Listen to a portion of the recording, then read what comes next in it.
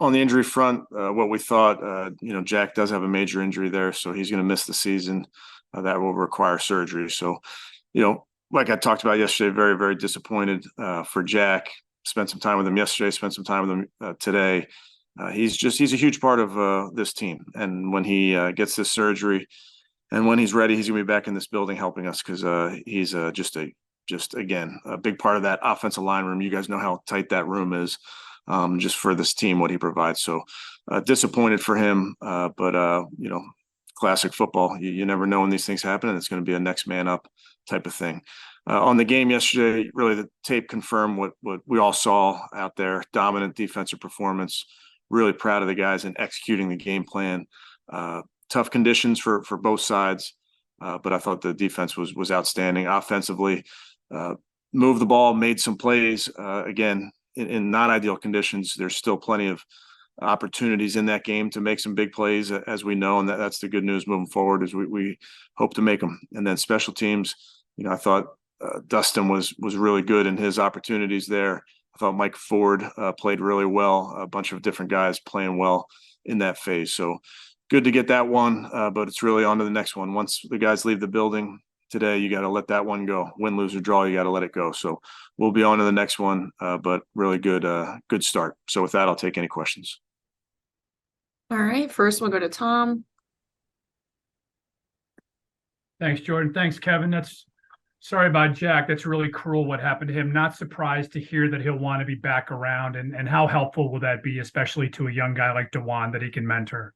Yeah, hugely important. It's hard to describe, if you're not in the building every single day, the impact that guys like Jack have on your team. And it can be very, very subtle. It can be in meeting rooms. It can be in the weight room. It can be out on the practice field. So we'll miss him while he's getting healthy, but then we're going to need his butt back here to help. All right, next we'll go to Mary Kay. Yeah, Kevin, can you just talk a little bit about, why DeJuan over James Hudson, and now DeJuan is going to draw the tough assignment of TJ Watt in Pittsburgh, and how do you think he'll handle that? Yeah, DeJuan has been constantly working with Coach Callahan, Coach Peters, Coach DeCoster to get ready. There are no red shirts in the NFL, so you never know when that opportunity is going to come. It happened in the first half of the first game. And you have to be ready. He will continue to get better. And then, as it pertains to any matchup moving forward, it's the NFL every week is going to be very difficult. Obviously, going into Pittsburgh is tough on every team that goes into that place. So we'll have a plan and we'll move forward. All right, next is Daryl. Yeah, Coach, when you went back and looked at the film, you mentioned there were some opportunities offensively, especially in that first quarter. When you went back and looked at it, how much of some of those misfires deep down the field in the passing game were a result of timing, and how much do you think were weather related? Yeah, I think the ball was heavy and wet. It was a constant mist. It was strange. Like I mentioned to you guys yesterday, I did not know it was going to rain. And then lo and behold, it's coming down in some weird sheets without raindrops. I don't know how to describe it, but it was to our advantage. We found a way to move the ball, put some points on the board. Our defense played really well, but it definitely had an impact on the passing game. All right, now we'll go to Cam.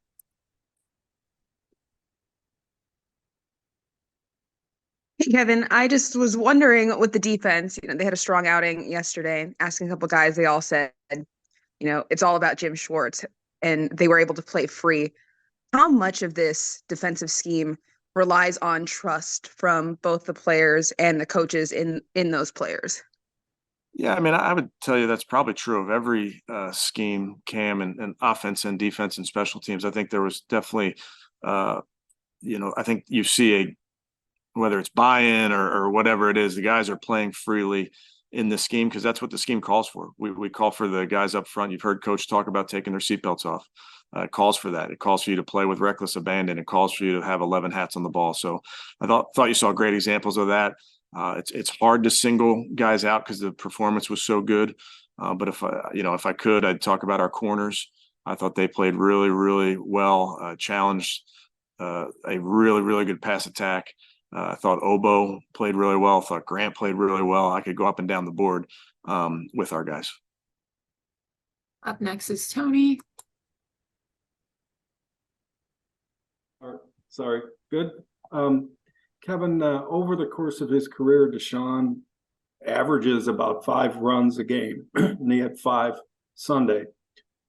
Tell me how important it is for the threat of his running to open things up, and just his general use of his legs. Are you comfortable? Do you want more? Yeah, I think it's going to be depending on the game, Tony, and the moment and all those type of things. I think if you look at yesterday, Deshaun made a play on the first third down, scrambled and made a first down. He had made plays on design runs. He made plays, but just by carrying out his fakes. You're going to watch on some of those runs where him carrying out his fakes, a lot of the defense is aware of his ability with the ball in his hand. So that's a huge part of what we do, whether it's by design, whether it's off schedule, whether it's a third down scramble, whether it's a 1st and 10, quarterback designed run. All of that is part of who we are. I think the game and the different game plans and those type of things will determine how often that occurs.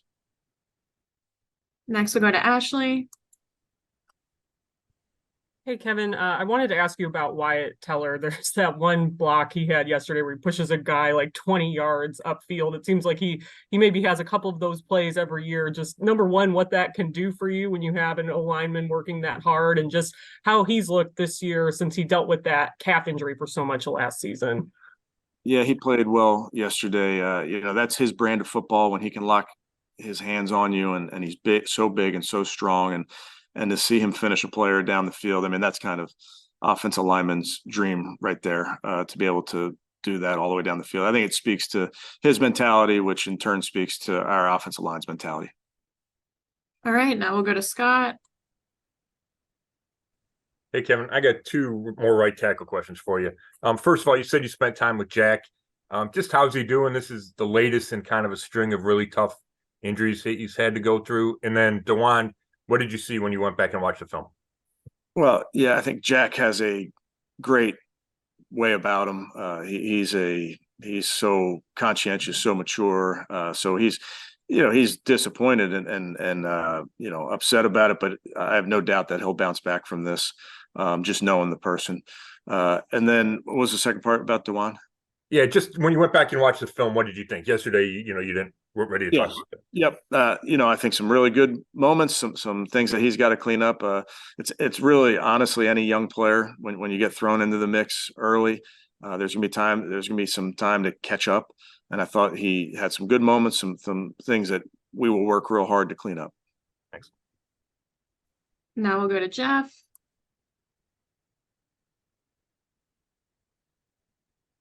Hey, Kevin, I'm going to ask you about Marquise Goodwin. There was a couple of missed connections there, probably because of that heavy ball.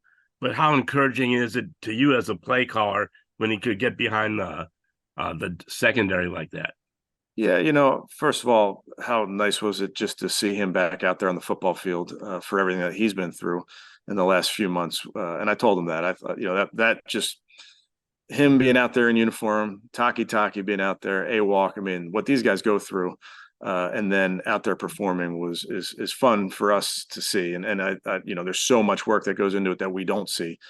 So I'd first say that, yeah, Marquise, his speed is world-class. He can really do it all. He's not just a speed receiver. He will utilize that speed, but that speed allows you to run a lot of different routes. So he's somebody that we're excited to have and looking forward to doing some things with him really throughout the season. Up next is Kelsey. Kevin, I know we talked about obviously the weather having an impact on the passing game, but moving forward, what would you like to see in that area, like the growth in the passing game moving forward, especially heading into Pittsburgh?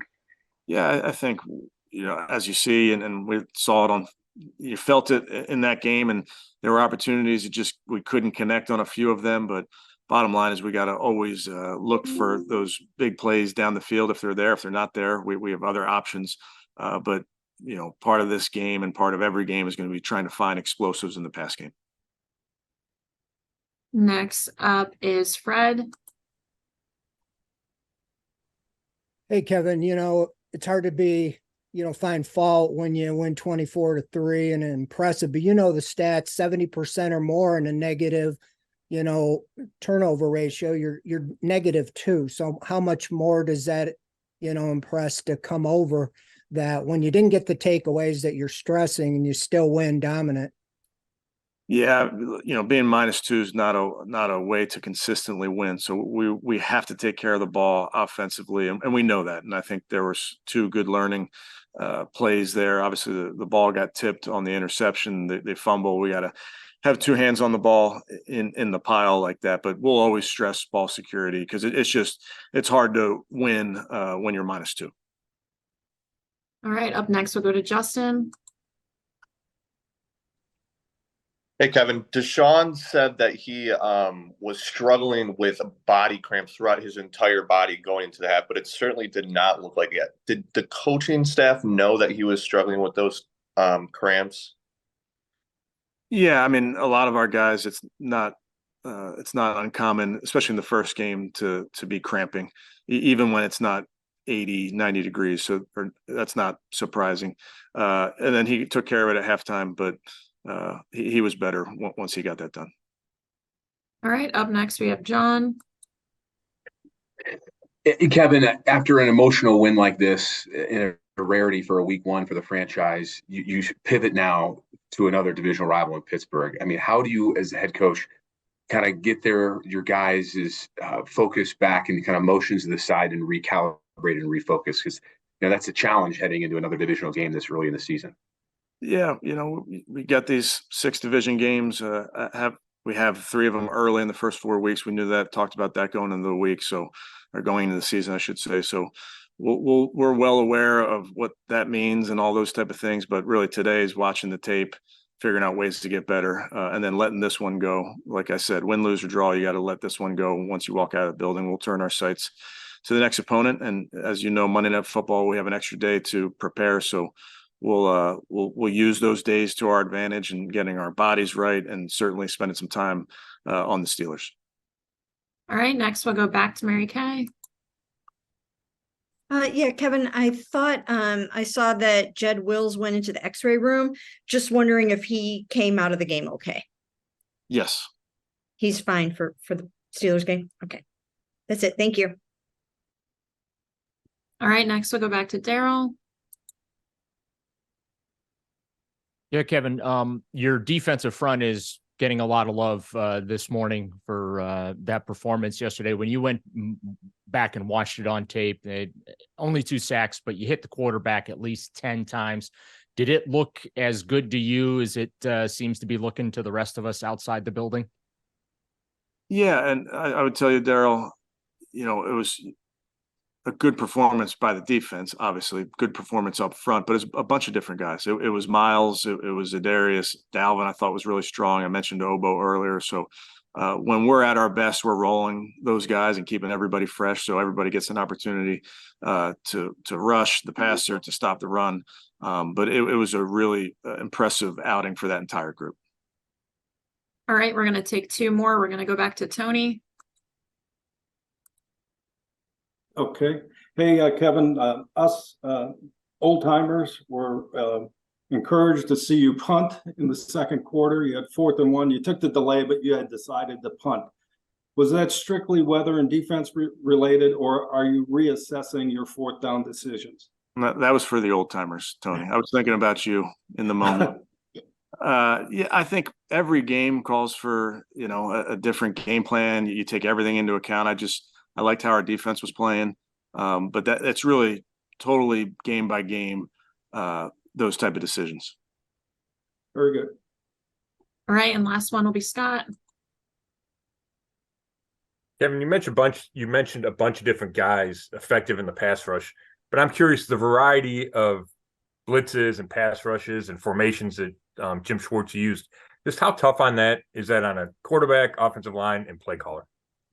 Yeah, it can be really difficult. And I think, we've talked about this before, just with Miles. Teams go into every week playing us. They're going to have a plan for Miles, and it's typically a chip plan, or they're going to slide the front to him. So the more ways you can either move him around or let other guys get opportunities is a big part of it. So that's not going to be unique. What is unique week to week is we'll come up with a plan that puts our guys in position to succeed. And what we did in the last one, maybe totally different what you do in the next one. It's really based on the opponent and where you think there are matchups for your side.